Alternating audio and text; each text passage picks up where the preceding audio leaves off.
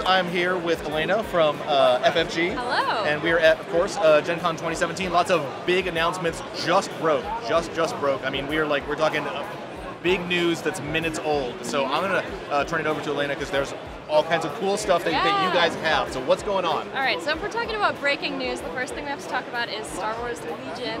Okay. It is a miniatures game. It is a skirmish miniatures game based in the Star Wars universe. Okay. The core set comes with a Luke and a Vader, so you can pit father and son against each other. Okay. And kind of go back to what made Star Wars great in its earliest days. Okay. So that's the start. This is this is at the same scale, 20mm. So same scale as Star Wars Assault. I believe so. It's a touch bigger. It's a touch bigger than Imperial Assault. Okay. Sorry. Yes.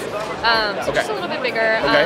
And it's very freeform. It's very natural. It feels very, well, I guess natural. I guess when you're moving, it feels like you can do what you want to do, which is very cool. And, the beginning of the game has this great setup that allows you to experience sort of some different layouts, some different scenarios, things like that. What do you get kind of in the starter box? So in the starter box, you get 2 teams. So a set is going to be 1,000 points, but in the starter box, you're going to get 2 sets of roughly 500 points, I think, of characters. So not necessarily full tournament scale, but enough to play a game that'll take you maybe a couple hours. Okay. And so you go Emperor versus Rebellion. Sure. Classic battle. Absolutely. So, bunch of minis. It's going to be great. Very, very cool. And we're going to have all kinds of shots of that box set coming really, really soon. Yeah. What else do we have? So many things. So where do you start? So in the 2 weeks leading up to Gen Con, we've made a lot of different announcements. Okay. We've had a couple RPG announcements. One was the Legacy of Dragonholt, which is something very, very new. It's sort of a choose-your-own-adventure style RPG that does not require a game master, which is kind of fun and different. A friend was just joking to me that you are playing against a game that knows what you're going to do long before you do.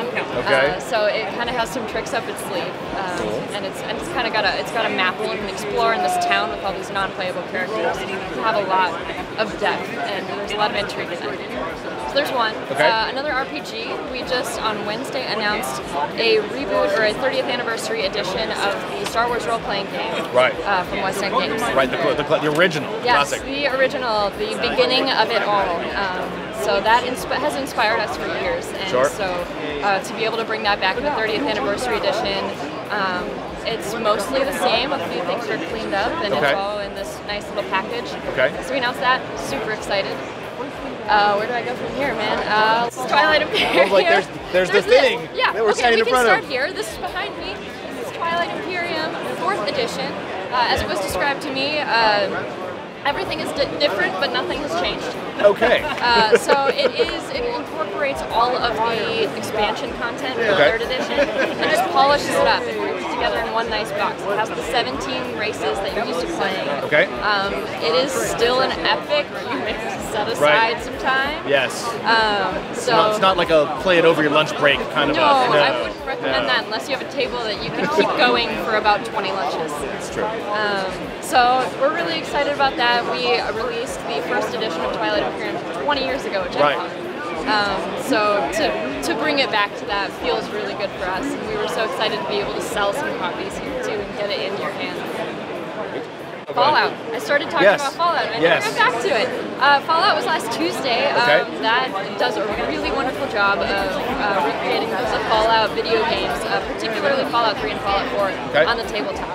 So it's an adventure game where you get to build sort of your character. You start as one of a number of survivors. You can be a super mutant, or a ghoul, or a wastelander, brotherhood outcast, or a vault dweller. And that gives you some base skills, and then you get to develop a character from there and make those choices. Okay. So that's going to be really fun to see. All right, and of course, everyone is talking about it. There's big giant lines, L5R. Yes. So tell us what is going on. So Legend of the Five Rings had its early release here. We just announced that it will be available wide release on October 5th. So we are super excited to see all of those fans get their hands on it.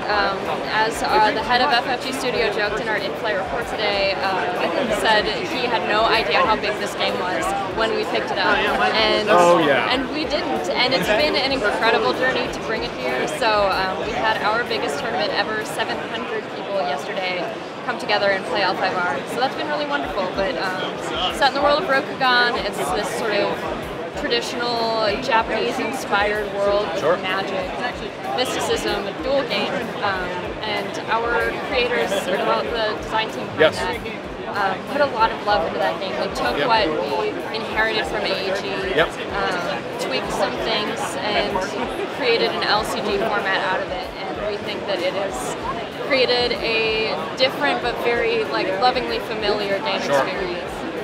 So. Very, very cool. And there we go, Elena. Thank you so much. Thank you. And that is the FFG report from Gen Con 2017.